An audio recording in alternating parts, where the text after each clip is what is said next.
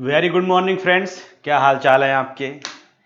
मैंने आपसे कहा था कि मैं आपको ट्रांसफर प्राइसिंग में जो एएलपी निकालने के मेथड्स होते हैं उन पे बेस्ड क्वेश्चंस करवाऊंगा, क्योंकि मैं इतने सालों से एक्सक्लूसिवली फॉर सीएमए फाइनल के लिए टीच कर रहा हूं, तो मुझे एग्जैक्टली पता है कि पेपर किस तरीके से डिज़ाइन होता है। और इन मेथड्स पे बेस्ड एक क्वेश्चन जनरली पेपर में आता है जो कि 7 to 8 मार्क्स का होता है। और वैसे भी अब तो 30 मार्क्स का डेडिकेटेड इंटरनेशनल टैक्सेशन है, तो 8 से 10 नंबर का क्वेश्चन तो बनता ही है आना, जो पेपर में आना भी चाहिए। तो डिफरेंट सोर्सेज से मैं क्वेश्चन ले रहा हूं। जो आपके 10 ईयर्स में आए हैं वो तो ऑलरेडी मैंने आपको प्रोवाइड कर दी हैं, जिन्होंने मेरी क्लासेस खरीदी हुई हैं। लेकिन अब मैं डिफरेंट सोर्सेज से, तो ये जो क्वेश्चन मैंने लिया है ये सीए फाइनल मई 2018 में आया था। सीए फाइनल मई 2018 में। इससे मतलब नहीं है कि किस एग्जाम का पेपर क्वेश्चन है, मैं ये देखता हूं क्वेश्चन को पढ़ने के बाद कि आपके एग्जाम के लिए कितना रिलेवेंट है, कि आपके एग्जाम में आने के चांसेस हैं। और इस क्वेश्चन को देखने के बाद लगा कि ये क्वेश्चन आपको करवाना चाहिए, इसलिए इस क्वेश्चन को हम डिस्कस करेंगे। Amar private limited Bangalore is engage in IT enabled service, it is subsidiary of ABC incorporation US. तो एक कंपनी है अमर,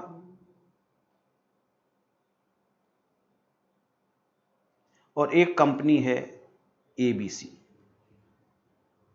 एबीसी यूएस के अंदर है। जो अमर है वो एबीसी की सब्सिडरी है। इसका मतलब ही हो गया ये दोनों हो गए एसोसिएटेड एंटरप्राइजेस। एसोसिएटेड एंटरप्राइजेस का सेक्शन होता है 92A। वहां पे बहुत सारे केसेस दे रखी हैं कि दो एंटरप्राइजेस को हम कब बोलेंगे एसोसिएटेड। तो क्योंकि सब्सिडरी है, इसका मतलब ही हो गया एसोसिएटेड एंटरप्राइजेस है सेक्शन 92A के अकॉर्डिंग। अमर इंडियन कंपनी, क्योंकि बेंगलोर में है। It also provide similar services to a company SAK limited in Singapore. एक कंपनी एसएके सिंगापुर है।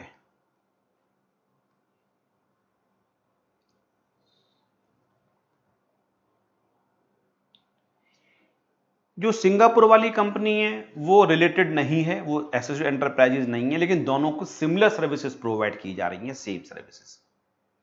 तो इतनी आपको कहानी समझ में आएगी तो क्वेश्चन आप इजीली कर लोगे। अमर एक इंडियन कंपनी है, एबीसी एक यूएस की कंपनी है। जो अमर है वो सब्सिडरी कंपनी है, जो एबीसी यूएस है इनकॉर्पोरेशन उसकी। क्योंकि सब्सिडरी कंपनी है, इसका मतलब ही हो गया बोथ आर एसोसिएटेड एंटरप्राइजेस। जो अमर है वो सर्विस प्रोवाइड करती है एबीसी के लिए भी, मतलब अपनी होल्डिंग कंपनी को भी सर्विसेज देती है, और सिमिलर सर्विसेज प्रोवाइड करती है एसएके सिंगापुर के लिए भी। एसएके सिंगापुर से किसी भी तरीके का कोई रिलेशन नहीं है। It's Billings and other information is a given here under. Billing per month ABC incorporation, जो एबीसी को बिल बना के दिया एक महीने का, वो बना के दिया $85,000 का। और जो एसएके लिमिटेड को बिल बना के दिया वो बना के दिया $70,000 का। ABC Incorporation has provided a loan of $1 lakh to Amar Private Limited towards purchase of hardware for executing its project. Rate of interest charged for the said loan is 3% per annum. अमर के पास पैसा नहीं था तो उसने अपनी holding से कहा देखो मैं आपको सर्विसेज प्रोवाइड करती हूँ, इस कंपनी ने ये कहा, तो आप मुझे कुछ हार्डवेयर की रिक्वायरमेंट होगी, उसके लिए लोन दे दो। तो एबीसी ने अपनी सब्सिडरी के लिए $1 लाख का लोन दे दिया, जिस पे इंटरेस्ट भी चार्ज करती है। वो इंटरेस्ट कितना चार्ज करती है? 3% पर एनम। मतलब किसको पे करना पड़ता है? अमर को पे करना पड़ता है 3% पर एनम इंटरेस्ट एबीसी के लिए। इसके बाद लिखा हुआ है direct and indirect cost incurred are $100 and $200 per our respectively. तो जो कॉस्ट होती है फॉल करती है अमर की सर्विसेज को प्रोवाइड करने के लिए। जो डायरेक्ट कॉस्ट है $100 पर आवर दे रखी है, और जो इनडायरेक्ट कॉस्ट है वो दे रखी है $200 पर आवर दे रखी है। Amar private limited works 9 hours per day 9 hours per day for 15 days to execute the project for ABC incorporation.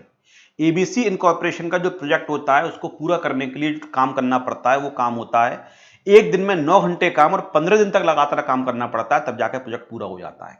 लेकिन सेम सर्विसेज जब ऐसे को दी जाती हैं तो 8 आवर्स काम किया जाता है, 8 hours per day for 15 days to execute the project for the SAK limited. और एसएके का प्रोजेक्ट पूरा करने के लिए एक दिन में 8 घंटे काम करना पड़ता है और 15 दिन तक काम करना पड़ता है, तब प्रोजेक्ट एग्जीक्यूट हो जाता है। Services was provided by the company to both its customer throughout the year. केवल एक प्रोजेक्ट नहीं है, प्रोजेक्ट्स आते रहते हैं सेम और दोनों को वो पूरा करके देती रहती है थ्रू आउट द ईयर। एक महीने की जो बिलिंग होती है वो होती है 85,000 in case of ABC incorporation, और एसएके लिमिटेड के केस में होती है $70,000। Warranty was provided to SAK limited, SAK limited को वारंटी दे रखी है for a period of 2 years, 2 साल की वारंटी दे रखी है। Cost of warranty is calculated at the rate of 1% of the direct cost incurred. जो वारंटी देने के लिए कॉस्ट फॉल कर रही है वो है 1% of the direct cost. The cost of warranty is neither included in the direct nor included in direct cost. जो ऊपर कॉस्ट दे रखी है उसके अंदर अभी वारंटी इंक्लूड नहीं है। Assume conversion rate $1 is equal to ₹64। ये $, दे रखा है, अगर आपको रुपीज में एंड में कन्वर्ट करना हो आंसर उसके लिए। एक तो कहा एएलपी निकालो as per the cost plus method. हमें क्वेश्चन की लैंग्वेज देख के समझ में आ रहा था कि इसमें अप्लाई हुआ कॉस्ट प्लस मेथड। जब भी हम सर्विसेज किसी को प्रोवाइड करते हैं और हमें कॉस्ट दे रखी होती है डायरेक्ट इनडायरेक्ट, तो हमें हिंट मिल जाता है कि यहां पे जो मेथड लगेगा वो होगा कॉस्ट प्लस मेथड। क्वेश्चन में डायरेक्टली दे दिया है कि एएलपी निकालो as per the cost plus method and amount to be added if any to the income of the Amar P limited. अगर मेरी लास्ट वीडियो आपने देखी तो हमें पता है कि अगर एएलपी की वजह से पता चलता है इंडिया वाली इनकम को कम किया गया था, तो इंडिया वाली इनकम मतलब अमर की इनकम को इंक्रीज किया जाएगा। हाँ, अगर मैनिपुलेशन नहीं किया गया था, इंडिया वाली इनकम को इंक्रीज नहीं, वो डिक्रीज नहीं किया गया था तो नहीं, लेकिन अगर कम किया गया था, डिक्रीज किया गया था और एएलपी से इस बात का हिंट मिलता है तो फिर इंडिया वाली इनकम को इंक्रीज कर दिया जाएगा, इसलिए इफ एनी लिखा हुआ है। तो पहले हम एएलपी निकालते हैं कॉस्ट प्लस मेथड। नाम में ही लिखा हुआ है कॉस्ट प्लस प्रॉफिट। जब भी हमें निकालना है सेल पर कितना होना चाहिए तो कॉस्ट में क्या ऐड कर दो, प्रॉफिट, इसलिए कहते हैं कॉस्ट प्लस मेथड। कॉस्ट निकाल के प्रॉफिट को ऐड कर दो। प्रॉफिट कौन सा लेना चाहिए, जो मार्केट में प्रिवेल कर रहा है, जो एसोसिएटेड के संग नहीं होना चाहिए। जो किसके संग होना चाहिए, अदर देन एसोसिएटेड। तो जो प्रॉफिट परसेंटेज आप सबसे चार्ज करते हो, जो आपका रिलेटिव नहीं है, एसोसिएटेड नहीं है, स्ट्रेंजर्स हैं, उनसे जो प्रॉफिट आप चार्ज करते हो परसेंटेज के फॉर्म में, वही अपनी कॉस्ट पे लगा दो जो आपने एसोसिएट को प्रोवाइड करी थी। तो उस कॉस्ट में जब प्रॉफिट को ऐड कर दोगे तो वो सेल प्राइस आ जाएगा जो आपको एसोसिएट एंटरप्राइजेस से चार्ज करना चाहिए था। ये कॉस्ट प्लस मेथड का कंसेप्ट होता है। तो क्वेश्चन हमेशा शुरू किया जाता है स्ट्रेंजर से, जो आपका रिलेटेड नहीं है, which is not an associated enterprises, वहां से क्वेश्चन शुरू होता है। ये आपको बहुत पहले कई बार मैंने बताया हुआ है। तो मैंने लिखा termination of gross margin of comparable uncontrolled transaction that is सैक लिमिटेड। ये मेथड का नाम नहीं है, ये वो तो होता है कंपेरेबल अनकंट्रोल्ड प्राइस मेथड। ये लिखा हुआ कंपेरेबल अनकंट्रोल्ड ट्रांजैक्शन। कंपेरेबल क्योंकि सिमिलर सर्विसेज दे रखी हैं, अनकंट्रोल्ड क्योंकि एसएके लिमिटेड एसोसिएटेड नहीं है।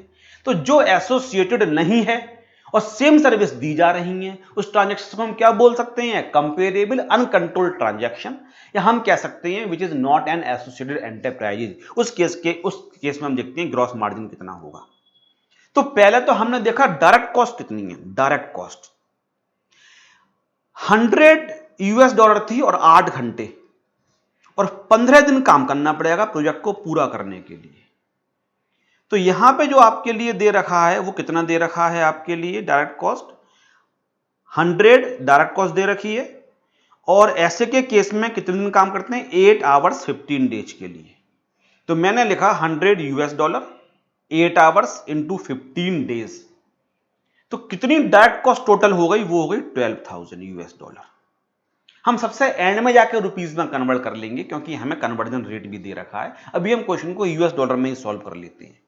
और जब ऐसे के को सर्विसेज प्रोवाइड की गई तो what was the indirect cost, वो दे रखी है 200। तो 200 8 घंटे काम करना पड़ता है और प्रोजेक्ट के लिए 15 डेज काम करना पड़ता है एक महीने में। तो कितना निकल के आ गया आपके लिए, 24,000। तो टोटल डायरेक्ट और इनडायरेक्ट कॉस्ट कितनी हो गई, 12 प्लस 24 36,000 हो गई आपके लिए टोटल डायरेक्ट और इनडायरेक्ट कॉस्ट। तो एक महीने में जो आपने बिल बना के दिया वो कितने का बना के दिया, 70,000 रुपए का। जबकि आपकी एक महीने में एक प्रोजेक्ट आप बना के देते हो उसके लिए कॉस्ट फॉल करती है 36,000। लेकिन ऐसे के को आपने जो बिल बना के दिया वो बना के दिया 70,000 रुपीज का। तो आपका ग्रॉस मार्जिन कितना हो गया, बीइंग ग्रॉस प्रॉफिट, जो ग्रॉस प्रॉफिट भी कह सकते हैं, वो कितना हो गया, 70,000 में से 36,000 को माइनस कर दो। 70,000 माइनस 36,000 वो निकल के आ गया 34,000। तो अगर कॉस्ट के रेस्पेक्ट में देखें परसेंटेज की फॉर्म में कितना होगा तो कितना हो जाएगा, 34,000 इंटू 100 डिवाइड बाई 36,000। समझ में आ गया? हमें किस पे निकालना है? हमारी जो आपकी ग्रॉस मार्जिन वो कितना हो गया 34,000 और कॉस्ट कितनी 36,000।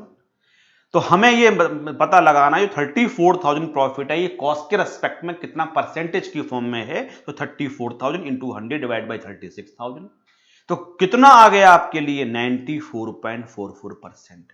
ग्रॉस मार्जिन टू कॉस्ट जो प्रॉफिट है वो कॉस्ट के रेस्पेक्ट में कितना है परसेंटेज की फॉर्म में, वो आ गया 94.44%। हालांकि इसको दिखाने की जरूरत नहीं थी, लेकिन तब भी ये आपका एक ट्रेडिशन है कि हमें ये बताना पड़ता है कि ग्रॉस प्रॉफिट मार्जिन जो चल रहा है वो कितना चल रहा है, और वो चल रहा है कॉस्ट के रेस्पेक्ट में 94.44। लेकिन अभी इसके अंदर हमें एक एडजस्टमेंट और करना है, क्योंकि एसएके को वारंटी भी प्रोवाइड की गई थी। Warranty was provided to SAK limited for a period of 2 years. हर प्रोजेक्ट के रेस्पेक्ट में 2 साल की वारंटी दी जाती है, और cost of warranty is calculated at 1% of the direct cost incurred. The cost of warranty is neither included in the direct nor indirect cost. तो अब यहां पे जो ग्रॉस प्रॉफिट मार्जिन होगा वो चेंज हो जाएगा। दोबारा किया, adjustment for functional difference on account of cost of warranty. Cost of warranty देने के बाद कितना ग्रॉस प्रॉफिट मार्जिन निकल के आएगा। तो अगर ये आप नहीं भी करते ऊपर वाला तो भी काम चल जाता, लेकिन हमें पहले बताना पड़ता है कि अगर हम जो डिफरेंसेज हैं उनको नहीं देखें तो कितना प्रॉफिट मार्जिन निकल के आएगा, इसलिए उसको वर्किंग में नोट्स में करके दिखाया गया है। अब सेम किया, टोटल डायरेक्ट इनडायरेक्ट 36,000 है, प्लस आप वारंटी भी दे रहे हो, और जो वारंटी की कॉस्ट है वो कितनी है 1% of the direct cost. Direct cost कितनी निकल के आई थी 12,000, इसका 1% कितना हो गया 120। तो $120 आपने और भी तो एक तरीके से खर्च किए, वो भी तो कॉस्ट में फॉल कर रहे हैं आपके 120, क्योंकि आप वारंटी प्रोवाइड कर रहे हो। तो अब आपकी टोटल कॉस्ट कितनी निकल के आएगी 36,120। जो वारंटी की कॉस्ट थी उससे आपकी टोटल कॉस्ट इंक्रीज कर जाएगी, और वो कितनी हो गया 36,120 निकल के आ गया। और बिल कितना बना के दिया था 70,000 का आपने बना के दिया था। तो अगर आपने 70,000 का बिल दिया तो और आपकी कॉस्ट थी 36,120, तो आपका ग्रॉस प्रॉफिट मार्जिन कितना हो गया, margin after cost of warranty वो कितना हो गया 70,000 माइनस 36,120, ये क्या थी टोटल कॉस्ट। तो प्रॉफिट कितना निकल के आ गया आपके लिए 33,880। अब ये कितना निकल के आएगा तो वो कैसे निकाल लेंगे हम, वो निकाल लेंगे हम 100/36,120 इंटू प्रॉफिट 33,880। आपकी कॉस्ट है 36,120, देखो यहां निकाली थी, और हमें क्या निकालना है प्रॉफिट निकालना है। 33,880 जो प्रॉफिट है वो कितने परसेंटेज है हमने निकाल दिया 100 डिवाइड बाई 36,120 इंटू 33,880। तो प्रॉफिट परसेंटेज की फॉर्म में वारंटी को एडजस्टमेंट करने के बाद कितना निकल के आ गया 93.80% of cost. Difference on account of cost of warranty 93.80 of cost. तो हमें यह पता चल गया कि जो अमर है वो ऐसे को बिल बना के देती है तो जो प्रॉफिट चार्ज करती है कॉस्ट के रेस्पेक्ट में वो कितना होता है 93.80% होता है। इसको हम कह सकते हैं arms length gross profit margin. Arms length देखो मैंने लिखा भी है आर्म्स लेंथ प्रॉफिट मार्जिन।